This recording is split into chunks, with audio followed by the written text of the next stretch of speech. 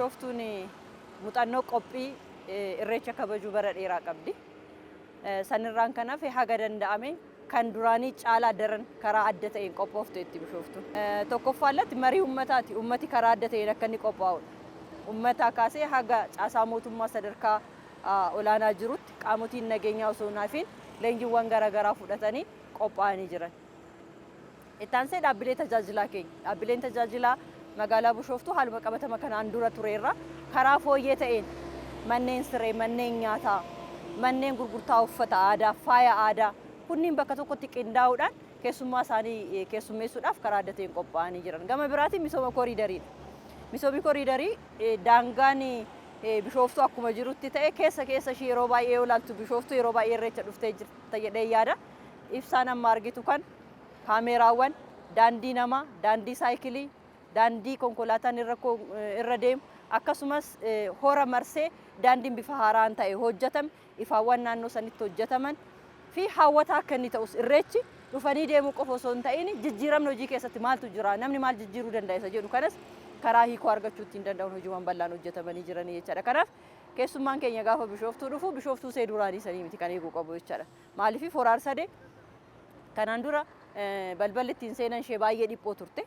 Amma karaa adda ta'een bal'atee misoomee ifaan itti galee namni karaa baay'ina qabu marsee luka isaatiin deemee ilaalee daawwatee irreeffatee bahuu kan ittiin danda'u ta'uu fi keessummaan keenya akka duraanii san dhiphina keessa kan hin galle ta'uu karaa kanaan kan qophoofnee jiru ta'uu isaatii jechaadha akka bulchiinsa magaalaa Bishooftuutti. Irreechi kan gargaaru magaalaa Bishooftuu qofa miti. Uummata Oromoo addunyaarra jiru qofa hundasaa gargaara. Biyya kana uummanni kun hundummanni miliyoonaan lakkaawwamu kun dhufee karaa nagaan galuusaa uummata nagaa ta'uusaatis ibsuu danda'a jechaadha. Irreechi mallattoo tokkummaati. Mallattoo waliin jireenyaati. Mallattoo nagaati. Kanarraa ka'ee irreechi hiikoo baay'eedhaan ibsamuu ittiin danda'a jechaadha. Gama diinagdeetiinis fakkeenyaaf nuti akka magaalaa Bishooftuutti waa baay'ee irraa arganna. Wanni Bishooftuun irraa argatte immoo kan mootummaa naannoo Oromiyaa irraa argatudha, kan mootummaan federaalaa irraa argatudha jechaadha. Kallattiidhaan akkaawuntii mootummaatittis galuu baatu karaa keenya tajaajilaa kenninuun manneen nyaataa keenya, reestooraantota, loojota keenyaa fi haga nyaata daddafee gahuu danda'u karaa irratti qopheessanii himaaxaa keenya dabalatee nama dhuunfaa ta'e galii irraa argachuudhaaf ni fayyadama jechaadha. Inni biraa gurgurtaa uffata aadaatii fi faaya aadaati.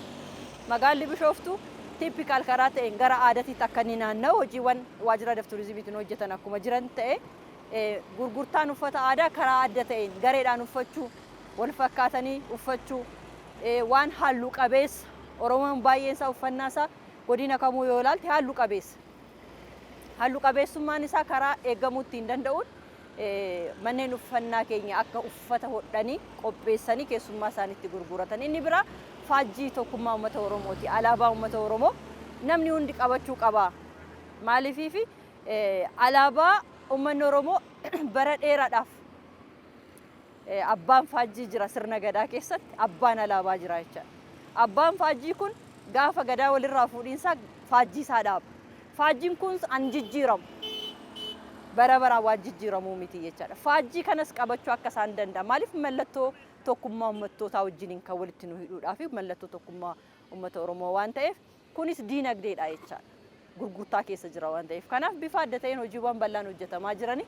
Daawwattootii fi deeggartoonni keenya gara Bishooftuu gaafa dhufani Bishooftuu see duraanii osoo hin ta'in bifa adda ta'een jijjiirama keessa kan jirtuu fi hooggansis caasaanis uummannis hojii kan halkanii guyyaa sa'aatii 24 kan hojjechaa jiru ta'uu isaati.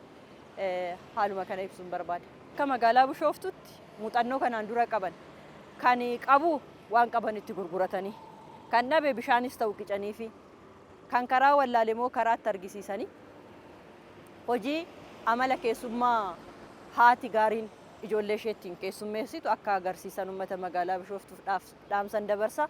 Keessummaan immoo keessummaa of gara magaalaa Bishooftuu dhufu mallattoo nageenya magaalli Bishooftuu qofan eegdu. Uummati kun mana isaati yoo ga'u safuu fi duudhaa uummata Oromoo ganamaa eegeetti dhufa waan ta'eef ollaa isaan araarame, maatii isaan araarame, biyya isaan araarame dhufa waan ta'eef asis dirree nagaatiif, dirree ulfoo, dirree kabajaa, dirree tokkummaa, dirree waliiniti waan ta'eef kana wajjin eegna waan ta'eef nagaadhaan gara kana akka imalanii fi irreeffatanii akka of duuba deebi'an asumaan dhaama jechaadha.